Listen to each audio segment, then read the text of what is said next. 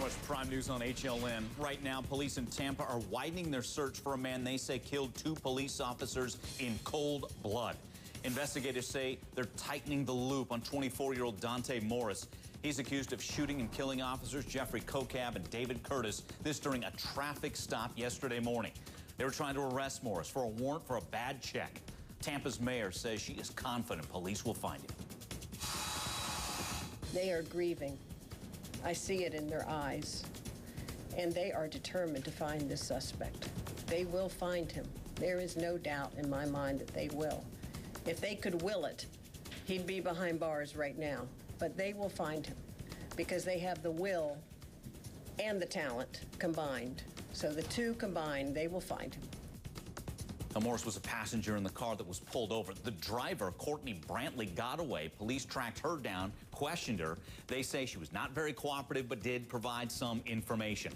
Joining me to talk about this, Chief Jane Castor with the Tampa Police Department. Also back with us, Marc Harrold, former police officer. And Chief Castor, I'll start with you. Our condolences to lose one of your own. And we know that a police department's like a family. Let me start there. How's the department coping with this?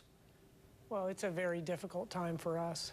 So, you know, we're going to get through it. Our mission right now, our goal is to find this suspect, Dante Morris, and then we're going to provide, you know, the honorable burial for both of our officers. Yeah, so well deserved. Sounds like just 2 great men, great officers. Well, let's talk about the search for Dante Morris. Are you getting close? You have solid leads? Tell us. Yes, we do have a lot of solid leads that we're following down. There is a level of frustration that we haven't been able to get him now, but I'm confident that we're going to place him under arrest.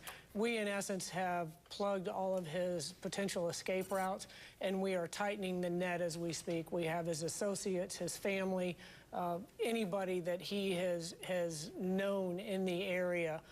We have made contact with them, and we're following every lead down until we catch him. What's his family saying? His family actually is being cooperative.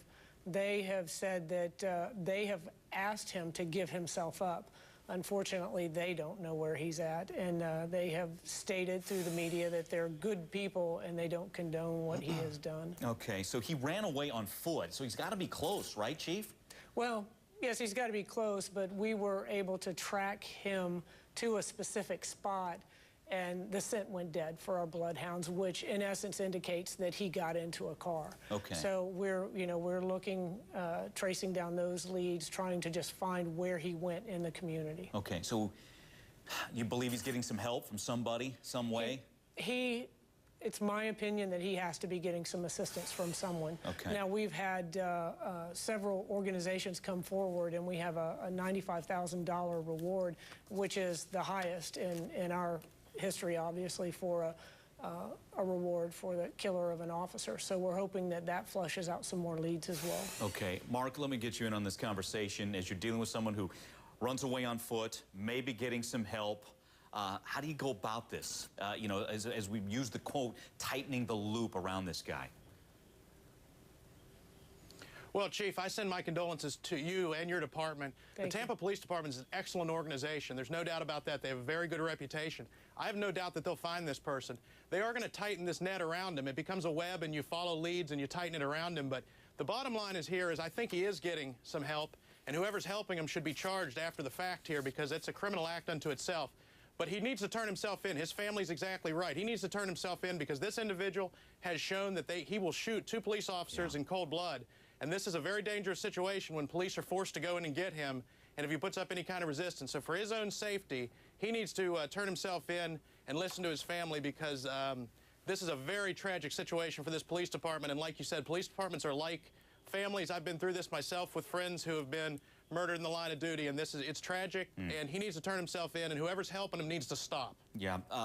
Chief Castor, I'd mentioned at the outset that the alleged driver here, Courtney Brantley, that you had her, questioned her, let her go. A lot of people wondering, okay, why do you let her go? Why not keep her?